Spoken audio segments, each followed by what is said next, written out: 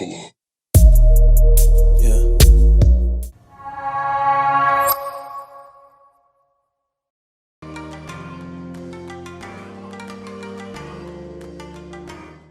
Hey everyone, and welcome to Let's Talk About It. I would like to introduce you to my guest, Key. Thank you for coming on the show. My pleasure. I'm excited to be here as always. And today's topic will be art and the mind. So, Yes, ma'am. what do you think about art and the mind? Okay, so for me, everything stems from your mind. Your life is created by your mind. Everything happens within your mind. So art is an extension of how you think, what you think about yourself, what you think about the world, how you feel. Art is your expression of that. So for me, personally, I create in the abstract. My ideology behind abstract creation is that everything that we think, we can't really see. You can't see your thought patterns. You can't really see all of these visions that you have in your head until you put them into physicality. So you have to like manifest them through creation, your own creation. And I really love that about art and the mind.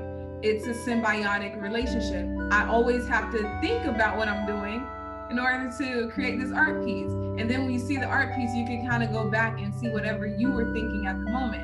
So it's kind of like an ink blot kind of test thing. When you're looking at something and you see what it means, and it always means something different to other people. You as an artist, you always have this expression or this idea, this concept, and you put that concept onto canvas, you put it into sculpture, you make a digital piece, and it means something to you. It shows you how you were thinking at that time. Other people see it and they have their own connection to it. So that's why I usually stick to abstract, because I like the idea of people connecting to my art in their own way, them reflecting their mind off of my art. So it's very interrelated, if you catch my drift. I get what you mean, but you know what? I feel like sometimes people see art in many ways, and it's really hard because us as artists is, when we express ourselves, we would think that you would know what we're doing. We would think that you would understand what we're doing, but it's hard for us sometimes for us to explain it, because our mindset is such more expandable than the average mindset, because not only we think intellectually, we think in more different aspects, Yeah, we have larger imagination, right? Mm-hmm. Yeah, I see art. Yeah, art is also like a language. Colors are your emotions. The scribbles are actually historical languages in the past of hieroglyphics.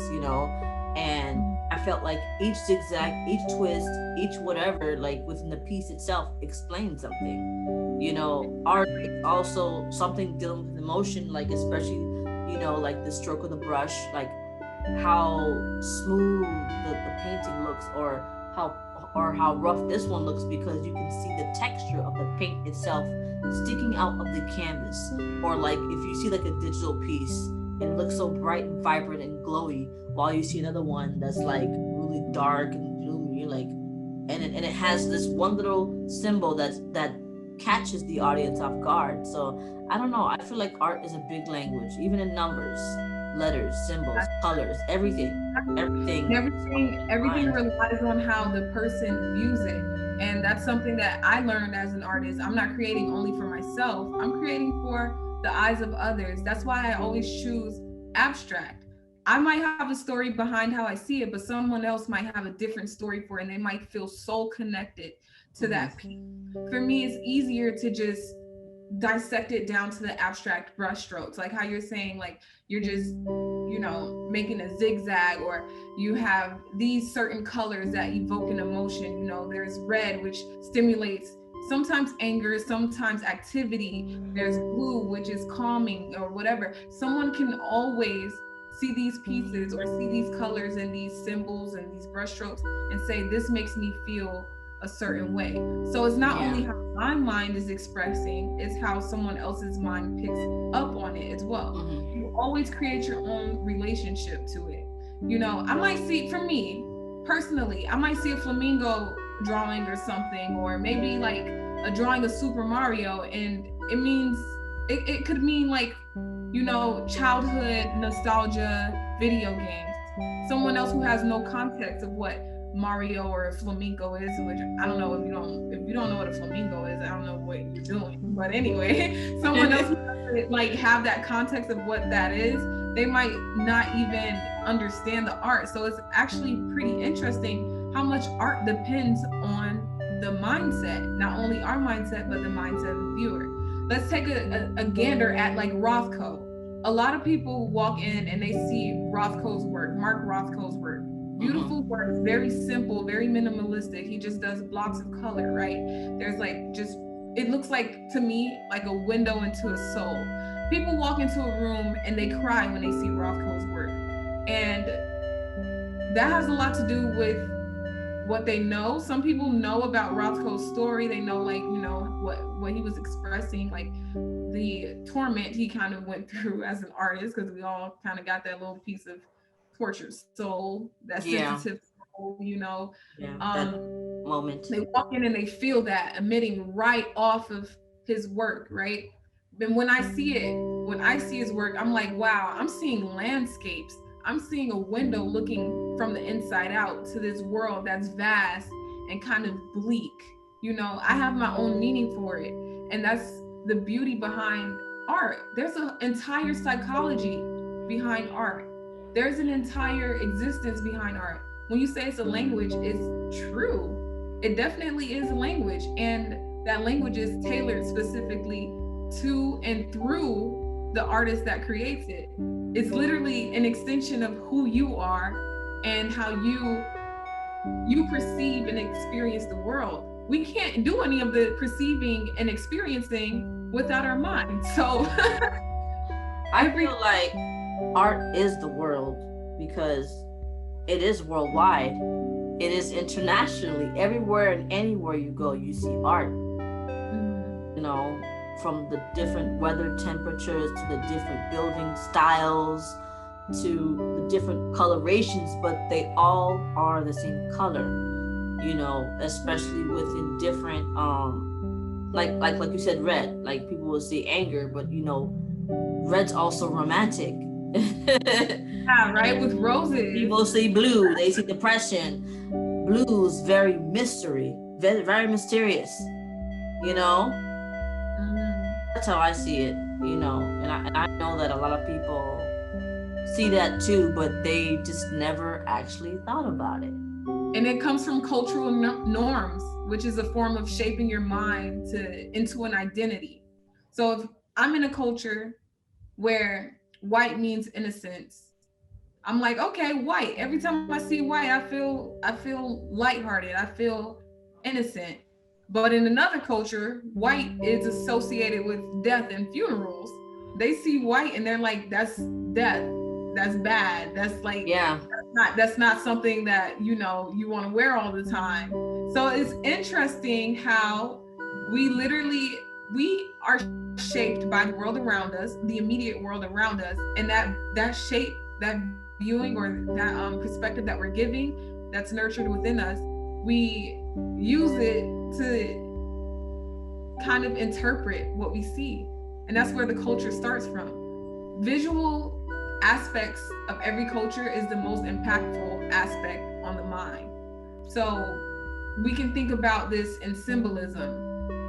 We know in American culture, certain things symbolize wealth, certain things symbolize health or whatever. Like a nice car and a big house symbolizes wealth, right? We think of that as that's the ultimate goal. And that's an abstract idea, to think that this thing in the physical world means that I'm wealthier somehow, or I'm it's better than. Yes, I'm so happy you said that, because you'd be surprised how many people drive in Hondas and live in a big mansion, and you would think they would live in a very horrible place. Right? That's the beauty of the abstract. It's unknown, it's unseen, and it goes before our vision. And sometimes you have to kind of like take a step back from what you're seeing to understand how things really are, you know? Yeah, you have to, because You have to expect the unexpected. And it's like, I'm happy you said the other one previously, within different cultures. Like in some cultures, black, is for funerals. But in other cultures, funerals are really white because it represents heaven. It represents the luck of the person crossing over. Some cultures, they see white for weddings, purity, but in other cultures it could be red. You know, so it's so ironic for you to say that, because everyone mine is very artsy, but we don't pay attention to it because it also includes with religion. It includes with because they're like, oh well, my culture is this, or my culture is that, and you're like, whoa, but and you see the color. And Right? you're curious, but then you become blind when you have never noticed. While you watch TV or travel the world, art is everywhere. And when you say, as an artist, our minds are expanded a lot more, we can see the bigger picture because we pick up on those things.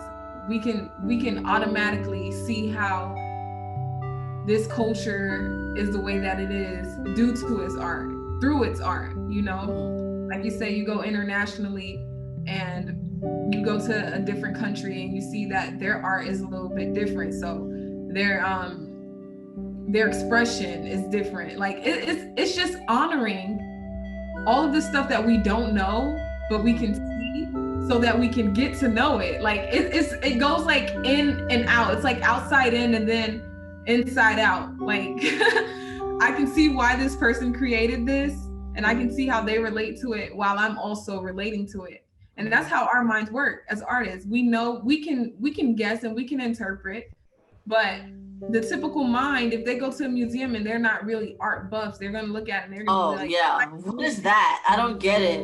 Can I touch yeah, it? You cannot touch it.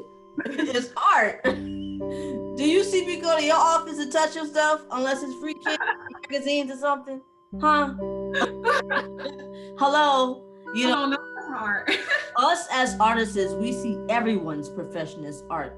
We like, I know it sounds cliche, but think of a surgeon or a doctor doing surgery. You don't think the culinary, all the professional chefs have to use sharp objects too, just to make that one perfect design.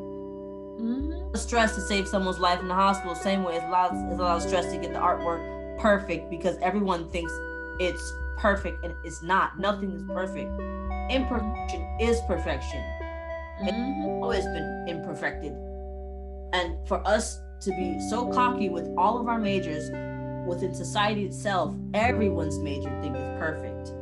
I don't think it's right for us to debate which one's better, which one makes the most money, blah blah blah. Your happiness is what you do to make, and how you make your money. Yeah, exactly. We have this idea that there's a right way and a wrong way to live, and that's very typical in American culture, because we have this democracy basically, where we want to be free, but also we kind of like judge everyone for not having or doing the same things we're doing. Yes. It's a little superiority kind of entitlement complex that a lot of people have. Like, oh, I want to be well off, but I know, and who am I to judge at the same time? But some people feel like being well off or a major is associated with being well off, rather than realizing that being well off has to do with how you think, and it doesn't matter what you major in. Like, am I happy doing this? I'm not going to go and do a profession I'm not happy doing. I tried it before. I was in interior design, and then I said, this isn't for me. This isn't for me. I actually wanted to start in business in school, and I'm like, this isn't for me. I don't feel comfortable learning about business when I could do this on my own time. I'd rather experience owning a business rather than sit in a class and learn how to own a business and learn all the That's so true. And margin of errors and all of this stuff. I'm like, no matter what, if I even learn this stuff in class, I'm gonna have to apply it afterwards. So why spend years trying to learn it rather than experiencing it? So I realized that it wasn't gonna be a profession or a status or a label that was going to make me feel well off. I really had to go inside myself and introspect and say, what is well off to me? What is well off to me? And that's something, a process that people take for granted or don't even do at all. Check in with yourself, check in with your mind to say, am I happy like this? Am I happy doing this? Could I create art and be okay with not being paid for it? Can I be okay with not having this car, but having this home? Like, we all measure our happiness very differently. Now, what I don't like and what really grinds my gears is if people try to condemn another person for their level of happiness. I'm not in control of your life. I cannot tell you what is happiness to you. I can suggest things, I can say things, I can be like, look, why don't you try this? It's completely your life is your expression. Your life is your art piece. The way you choose to live your life is the way you choose to live your life. I'm no way, this ain't a collaborative piece unless you ask for a collaboration on your life. You know what I mean? Like, I never opened up my boundaries. My canvas is right here. My life canvas is right here. I'm gonna make mine abstract because I like to meditate. I like to be in my mind. I like to see in the dark. Which is why most of my pieces, they're not representative of anything we see in the light. You'd be surprised what you see at night compared to what you see at night, what you see when you look into yourself. Like, there are places like overseas, it's nighttime right now, but not for nighttime to sleep, for nighttime as day. Yes. So people just need to open up their minds more. Hold on, that's deep. Wait, not nighttime to sleep, but nighttime is day? Yeah, they have nighttime in the sky and it's daytime for them, from where they live. Yes. Like, they're active. Yes.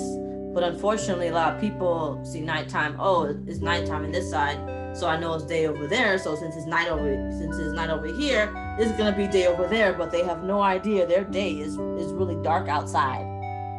The only thing we would probably know is Alaska, 6 months of day, 6 months of night, right? Okay, but you don't know there's other places that's actually nighttime in the day, just like Alaska. Open up your mind, people. Art in the mind. Yeah. Yeah, you expand your mind. I'm telling you. Art. That's something. Everyone is an artist and they don't even know it. They just found their calling, what they want to do. I totally agree with you from what you said previously. I'm gonna use myself as an example. When I was younger, I wanted to be a veterinarian. So guess what? I worked in a pet store to learn different levels of my passion, what I love. Pet store, it wasn't even retail, it was mostly a salon. And then I moved my way up to the medical field. I learned different aspects of the medical field, from exotic animals to cats and dogs, you know. And then I moved my way up to corporate world to see which one do I like the most, which one, is my compassion. But the whole entire time throughout my journey, I have always done art. I was drawing murals as a child. I played video games, like, I knew art was always with me. And I know that a lot of people have that within them, but they are afraid to get to it because they're so concerned. That's beautiful. But do you love think comes to you with the money? Once you love what you do, you get paid for it. Art, yeah. People. But let me ask you this.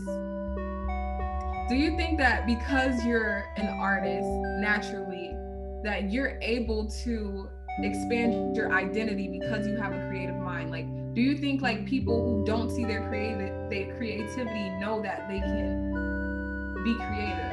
They know they can, but they're scared to. I feel like the way you're describing it, like, most people, there is a different level of creativity that we hold as artists, which allows us to see the fluidity of life. But some people actually, they're very rigid in structure. Yeah. Oh yes, there's different levels of art. People don't know that because everyone think every artist are cocky. They think we all are cocky. And you know what? Pat me my back. Thank you for calling us cocky, because I feel like I can do everything. I know, but like, you watch my street lights. You stop on my stop signs. You read my signs. You watch my commercials. Blah blah blah blah blah blah. We have the ability to adapt because we're super flexible with yes. the way we think of things, with the way we perceive things, and the way that we do things. we're very quickly adapting as artists because we don't abide by a label. We don't abide by a certain boundary. We don't say, Correct. oh, I'm an artist and I need to only create this kind of art. We're like, no, there's so many things that I can draw. There's so many things that I can do. There's so many ways I can apply my mind because the artist's mind is very, very, very creative. It's so sad we can't say much because that's our world. There's so much that we do. We're making so much money off of it, and the average person don't even know we're making so much money off of it. But you know, this is our world, and we keep it with ourselves. But I'm grateful for us to I really want to thank you for coming on the show. You know, by the way, it's not over. It's not over, girl. We still talking you because this is a very challenging topic to talk about because unfortunately a lot of people don't see art like how we see art, so we're kind of guiding them just a very little taste of a demo so they can know art. And I agree with that. And if you guys were listening, this is not just general educational, ladies and gentlemen. Yeah, we're not judging you. We're just expressing like what it feels like to be tuned into creativity. And you know what? Since we're on the topic of art and mind and teaching people, kind of like showing people and inspiring people to become creative and see their life as art, that's something I take near and dear to me. I mean, I wrote an entire book, and this book is about manifestation. This book is called 50 Days to $50,000 Advanced. Is it published? Journey. Yeah, it's published. Oh, please give me the information. You guys will see the link in the bottom description of all of the information for a book, okay? Check it out. It will help you. It's at manifestabundancehereandnow.com. And I find this little book to be very transformative. Even while I was writing it, I felt like it was transformative. I had to think about who I was reaching.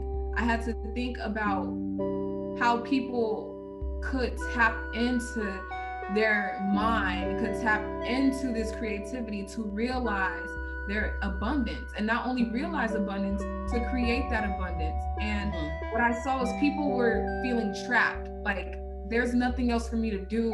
I'm just this one person. This is who I am. This is the label that this is all I can do. Oh no! All I can do. Society. This is my name. This is who I've always been. And trapped into this identity.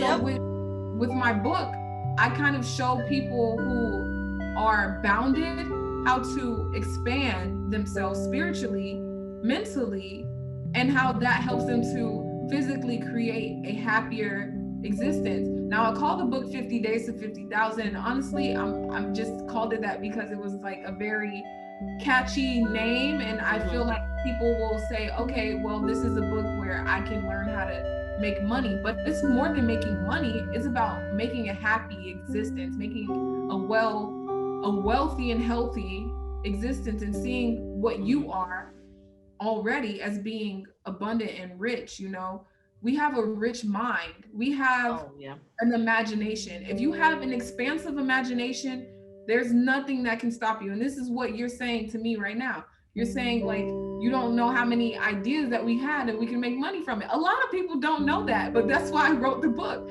Look at how exactly. Write down all these ideas. Write down all these ideas. If they ever cross your mind, write them down and take them seriously. When you take them seriously, you'll start to put action towards them. And once you put action towards them, the things that you actually desire within you, because everybody has a creative facility, they just have to break out of the boundaries that tell them you're not creative, or an artist looks like this, an artist does this. No, you're actually an artist of your own life. You write your own narrative, your thoughts, your behavior patterns, your subconscious, that's creating, that's literally your paintbrush to your reality. The canvas is all around you. The canvas is all around you. Your mind is your paintbrush. So if you tune into that subconscious, you tune into that mind, you can start painting your life to be however you want it to be. You know, you can stop saying, I'm so jealous of this person with this nice car. You can start saying, I like that nice car. How could I have that nice car? That car should be mine. How can I afford this nice car? How can I afford it? What can I do? what are my skills? So I like to get to the root of the problem. I like to say, what are my skills? What are some talents that I have? Let me try this, try that. And like you literally are telling me how you've tried being a veterinarian, how you've done a lot of things. You're in advertising, you've started many clubs, you've done computer animation and moved into visual arts. I've explored many routes as well. I have businesses, I have art, I have a job. When you expand yourself within good reason, don't burn out. People, please don't burn yourself out.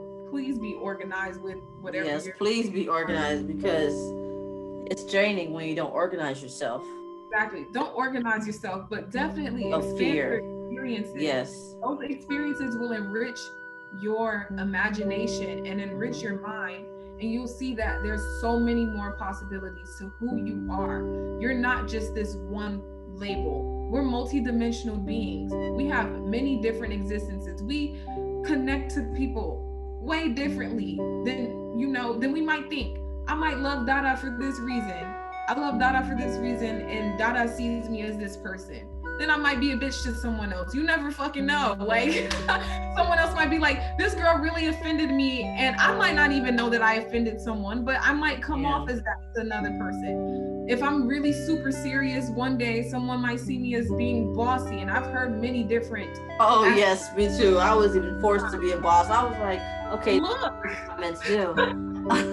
Girl, let me tell you. So I was by the beach and I saw an artwork from the artist on the beach, and he had different colors. And I'm looking at it, I'm like, he's missing 2 colors. He had all the colors except for green and purple. I'm like, wait a minute, where's the green? Where's the purple? Where's the pink? And he had all the colors. It makes you think about that, but unfortunately, a lot of people don't see it that way. And from what you said, again, I know I keep saying that, but I have to keep saying that because I'm tuned in. When you manifest yourself, it's like, okay, a nice car, whoop-de-whoop-whoop, right? But you're manifesting, you're working on it. People actually the average person saves money to get a car, right? Okay, so that means you're manifesting yourself to get that car. And then the car will upgrade and however you want your car to be, Oh, I want to get this, or I want to get that. They're manifesting as they go, and they don't know it because all they do is working and then, not actually paying attention to what they really are doing. Of your life. Manifesting is you using all those facilities, these creative facilities, okay? The same things that the artists use, you can use that. You're doing that when you have a goal. Ultimately, you have this abstract vision in your head. Nobody can see it happening. We can plan something. We're talking about it. The event is not even existent yet, right? So that's the concept of the event. We're talking about the abstract, and then we do things, we manifest it, we create it as we go. And that's really important. Even the person who wants to move up in corporate, you might not be necessarily an artist, but you're going to create ways to move up in corporate. You're going to say, what can I be doing? You're going to question yourself. You're going to start imagining ways for you to move up or to get that promotion and stuff. You're going to be like, maybe if I do this, I do that. You're going to start taking action towards. You're going to start using that subconscious paintbrush to start changing your canvas, making these little paint strokes until it makes the bigger picture, until it all. And you're going to have the mistakes along the way where you're like, oh, dang, I made this little mistake. But it's the action that you did that was that mistake. Yeah, and I'm so happy you said, because your action, until all of these actions, these paintbrushes, because literally splattering paint is an action. You taking action in your daily life is you creating that big picture until you make that promotion happen. And that's how a lot of people are artists in their own lives. You don't have to necessarily actually be like us and paint a picture, but your life. Like the art and the mind is not separate things. It's not separate at all. Artists are not dumb. Artists are not starving artists, okay? And not everybody you see who looks rigid is uncreative or, super strict, we all come in different shapes and forms. Oh, we sure do. You'd be surprised how some of them look so bummy and bummy how they live. Like, wait a minute, but I thought you no. I just look like this because I just want to blend with society, right? I'm an artist. Yeah. Stick figure, but you'd be surprised how many stick figures that are like, that's how it started back in the days. Stick figures. You got kung fu stick figure videos and stuff like that. You know, come on. Exactly. And I love that. We always adapt. We turn whatever is like the first concept into something better. You just keep building on to it, right? And I love that. I love it. And I don't want to get all like religious because I'm not super religious, but I am very spiritual. Our day can be seen as art. Like this wait, hold on, wait, let me be cocky.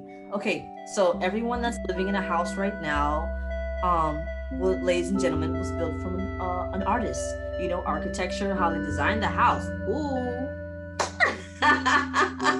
I'm saying art is everywhere. You live in it, you eat it. From a culinary artist, you eat it, you live with it. With architecture, you watch it from an animator. You dress it up from a fashion designer. I'm sorry, art is everywhere. Art is all around you, and you. Water bottle designs. Hello. Thank you. Hello. Your pajamas. Every day looking at art just to see the GPS from another artist on how to get to your destination. Hello. Yes. Even your water plumbing system. You know they had to draw those up, right? We had to draw the plumbing systems up. We had to draw. Engineers are like artists as well. They, you know, it's the creation process that really makes a person an artist. Creation is art. Everything that is created is an art. Yes. I think that, and that's why, you know, as artists, they did not lie because God is within you, right? And as He created, and I'm getting like spiritual, religious, and I'm calling it. You catch the Holy Ghost, girl. Hallelujah. I really do call it the universe, and sometimes my God, I could be tuned into my feminine or my masculine divinity. Yes. Sometimes my God is male, sometimes my God is female. Yes. My pronouns, okay, I'm always a she, but I feel that I withhold, well, not withhold. She is she, and she is her, and her is I. She and her. Yes, I am she. But I might, you know, feel like one day my divine masculine is wanting to create this kind of result. My divine masculine is saying, okay, we need to coordinate things. While my divine feminine is like, let's be free, let's be fluid. And every day is shaped by that mindset or by that notion, you know.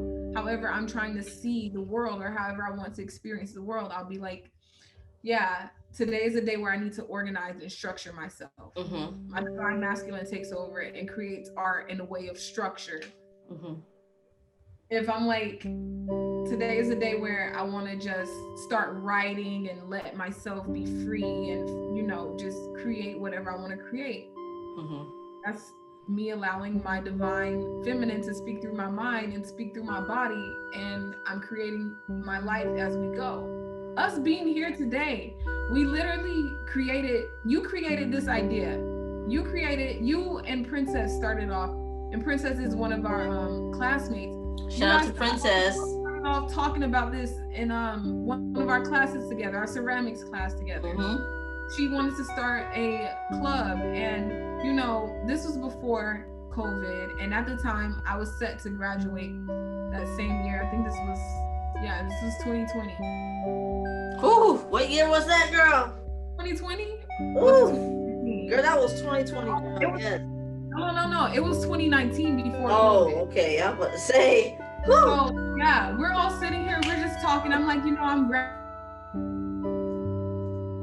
graduating and all of this stuff, but at the time I'm thinking like, I'm just gonna take on this one thing, and I had other things going on in my life that I wound up creating, and my graduation process got prolonged. And the reason I'm talking about my graduation process being prolonged is because we were all sitting in there saying, oh my gosh, what are we gonna do? Be in a group together. I'm like, you guys, I wish I could be in a group with you. a little bit, like, I wish I could be spending more time with you guys. Like, I'm graduating and all of this stuff.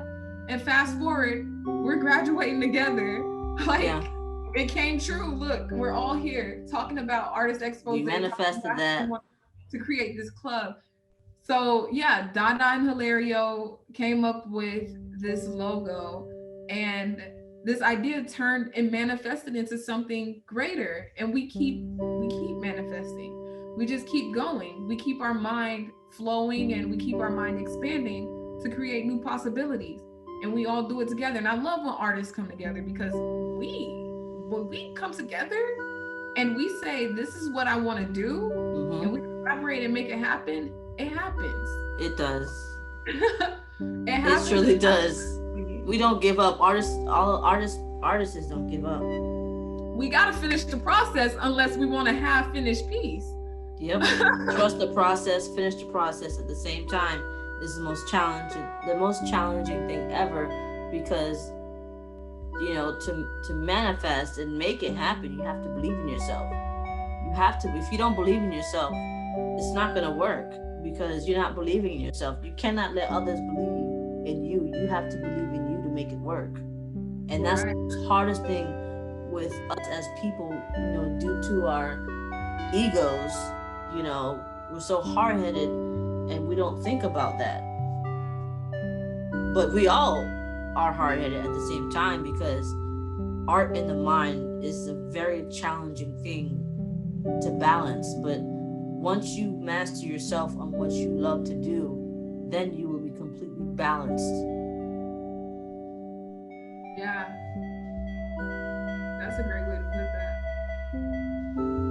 It is definitely a balance. Like, you have to balance yourself.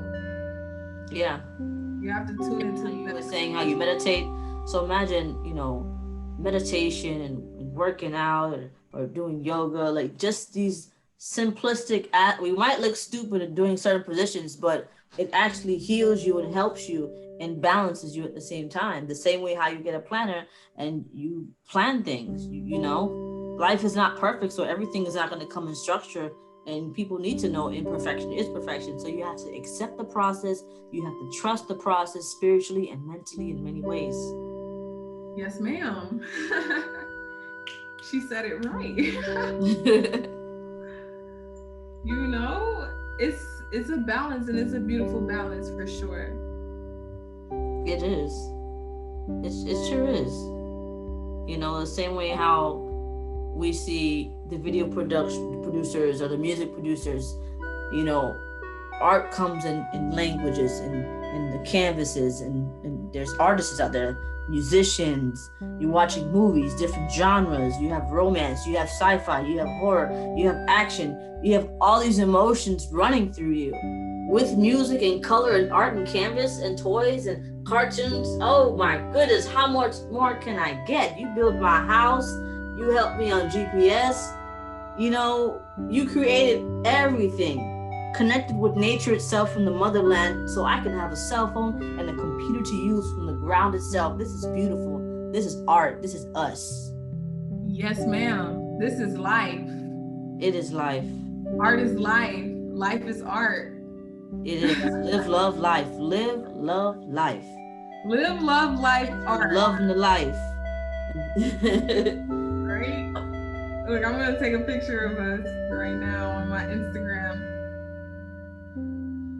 And by the way, guys, my Instagram is key to you if you want to see some of my abstract work.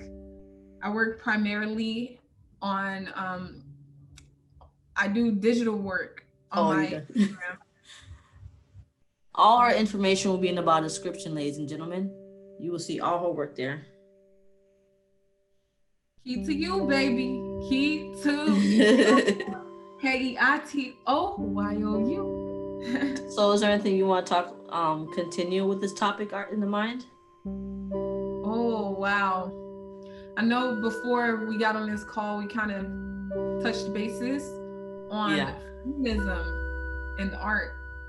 And I thought it was really interesting how both of us have like different perspectives on feminism and art. And I question feminism because like there's a political idea or political association with feminism that I don't entirely agree with, because it kind of like limits it to this movement that we've seen the last few years, which I really don't align with each and everything that goes on with that. But what I am most interested in is female representation of art, or the female message to society.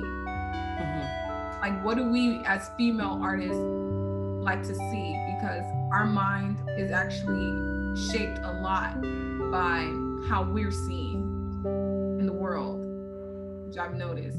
So we can definitely go into depth about that. Yeah, and it's interesting you said that about art in the mind with feminism, because it deals with a lot. Because unfortunately, a lot of people just see women as emotional creatures. We give birth, we have to raise, we have to cook, we have to clean, we have to. Of course we gotta be emotional. I gotta carry something for 9 months. That's a lot. That is a lot to go through. I have to bleed for a week, be misunderstood. Once a month, we have to bleed. That's a lot. I'm sorry. I have to be emotional. God. Yes. The societal standards for women are, they're getting a little bit more lenient, but growing up, I feel like, especially where I grew up in, the standards are just cramping. Suck it up. They're super high. Yeah, it is.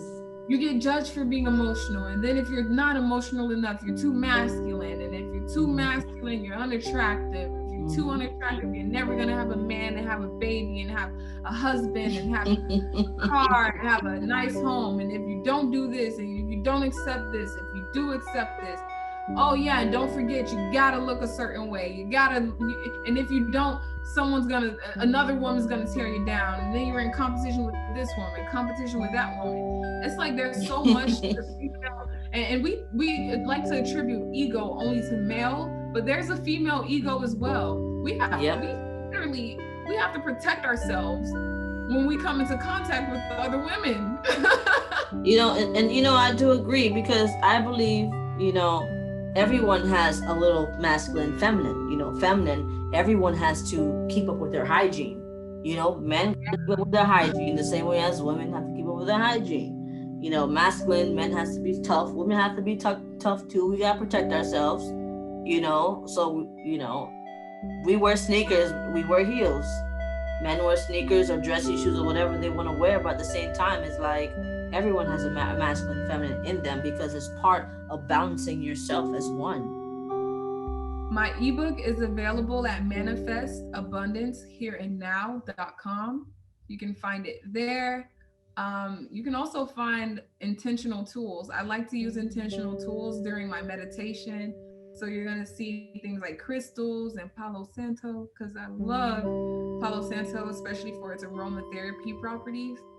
So all of that is on my site, Manifest Abundance Here and Now. I also have a Facebook group for Manifest Abundance Here and Now. It's a spiritual community where everybody kind of talks about their own manifestation journeys there. So check that out. I'm on YouTube at Key to You, KEITOYOU, and that's also my Instagram. So KEITOYOU on Instagram and YouTube. I'm trying to think, is there anything else? I think that's just about it right now. So yeah, right, guys. I'm excited to talk to you, to see you, and don't be afraid to shoot me a DM with any question. I'm very open to interactions. I'm always on my phone looking at different messages. If you have any questions or you need advice or something, ask me. I'm excited to talk to y'all all the time, every time. Thank you, Key, for joining me. Thank you for joining us on Let's Talk About It.